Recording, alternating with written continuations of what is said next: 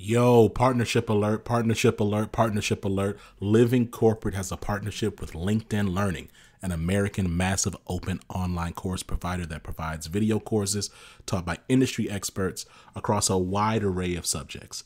Now, the partnership is because Living Corporate has courses on LinkedIn Learning focused on diversity, equity, inclusion for leaders, career professionals, and anyone really looking to upskill themselves and be better allies. So make sure you check out our courses on LinkedIn Learning by clicking the link in the show notes. And let's just say you don't want to do that.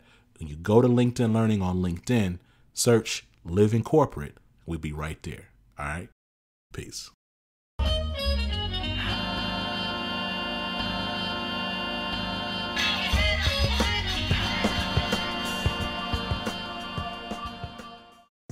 What's going on, Living Corporate? It's Tristan, and I want to thank you for tapping back in with me as I provide some tips and advice for professionals.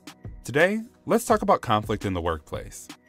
Recently, I had a coaching call with a client who was having an issue handling conflict in the workplace.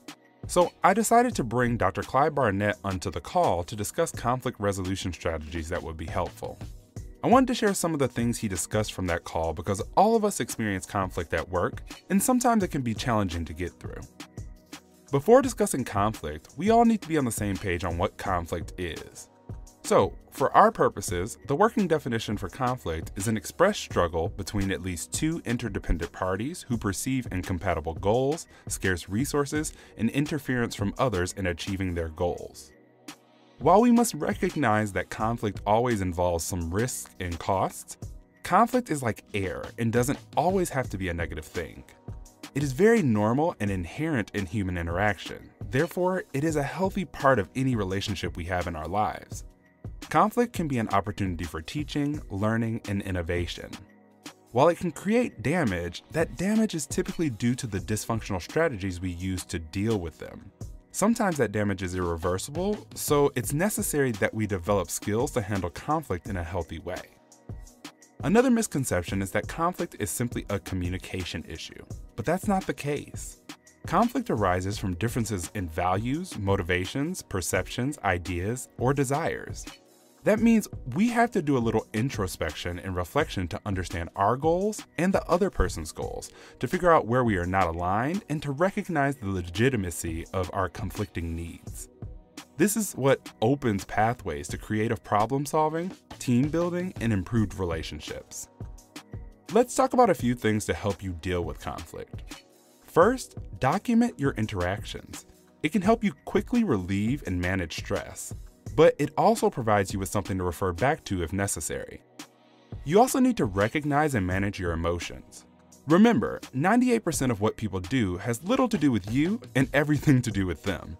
Keeping this in mind can help you keep your emotions in check. Next, you have to improve your nonverbal communication skills. Check your face and body language. Is it open and receptive, or are you closed off and showing disdain? This can make a world of difference while trying to resolve the conflict. Lastly, become a better listener. You have to understand why others are upset, work to understand their perspective, repeat words used, ask for clarification, and resist interjecting your own perspective at that point in time. The listening part is critical. One strategy to use is LARA, which stands for listen, affirm, respond, and ask a question or add. This builds respect and common ground between people in conversation, allowing you to explore your differences more openly and honestly. It's important to note that sometimes in conflict, there is no resolution, and other times the resolution may be to remove yourself. That could be from a particular situation, that department, or even from the job completely. Thanks for tapping in with me today. Don't forget, I'm now taking submissions from you all on your career questions, issues, concerns, or advice you think may help others. So make sure to submit yours at bit.ly/tapintristan. This tip was brought to you by Tristan of Layfield Resume Consulting. Check us out on Instagram, Twitter, and Facebook at Layfield Resume, or connect with me, Tristan Layfield, on LinkedIn.